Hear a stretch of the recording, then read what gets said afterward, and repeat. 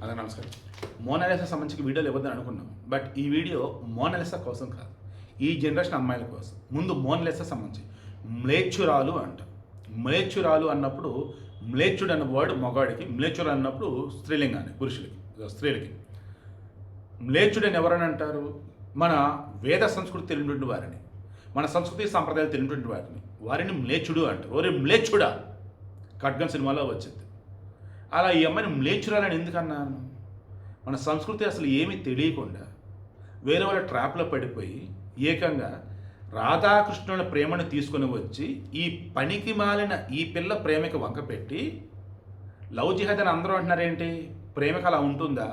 రాధాకృష్ణులు ప్రేమించుకున్నారు కదా, అప్పుడు రాధా వచ్చేసి కృష్ణుని అడిగిందా నువ్వు ముస్లిమా, క్రిస్టియనా, హిందువా అని చెప్పేస్తానండి. బుర్ర బుద్ధి జ్ఞానం అసలు ఏమన్నా ఈ పిల్లకి? పూసలు అమ్ముకుంటుంది అన్నప్పుడు హిందూ స్త్రీ అనుకున్నాను. బట్ అజ్ఞానం ఇప్పుడు నాకు అర్థమవుతా ఉంది.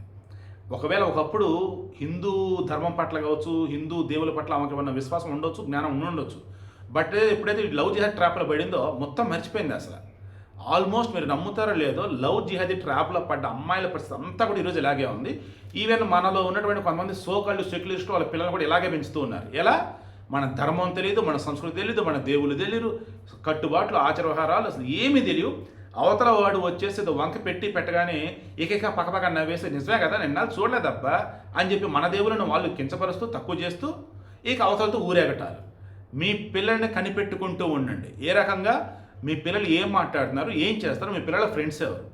అన్నిటికి మించి ముందు మిగతా మతాల వాళ్ళు చిన్నప్పటి నుంచే వాళ్ళ మత గ్రంథాలు చదివిస్తూ వాళ్ళ దేవుళ్ళు గొప్పతనం చెప్తూ ఉంటే మన దేవుళ్ళ గురించి ఉన్న గొప్పతనం మనం చెప్పలేకపోతున్నాం. మన ధర్మ గ్రంథాలను వచ్చేసి మన పిల్లలకు బోధించలేకపోతున్నాం. దానివల్ల అవతల వాడు వచ్చి ఏదో చెప్పగానే వాడు చెప్పి నిజమని నమ్మి మనోళ్ళ మీద నిందలేస్తూ పోతున్నారు. రాధాకృష్ణుల ప్రేమ ఎప్పటిది? ఎన్ని వేల సంవత్సరాల క్రితంది? అసలు ఈ క్రిస్టియన్ మతం ఎప్పుడు వచ్చింది? ముస్లిం మతం ఎప్పుడు వచ్చింది?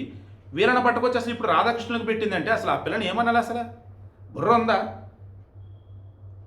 నిన్న కూడా చెప్పా, ఆ వీడియో మోనాలిసా కోసం కాదు బాబు. నేను ఆ వీడియో ఇచ్చిన పర్పస్ మిగతా హిందూ అమ్మాయిని కాపాడుకోవటం కోసం. ఇప్పుడు మిగతా హిందూ అమ్మాయిని కాపాడుకోవడం మాత్రం ఈ వీడియో ఇస్తూ ఉన్నా.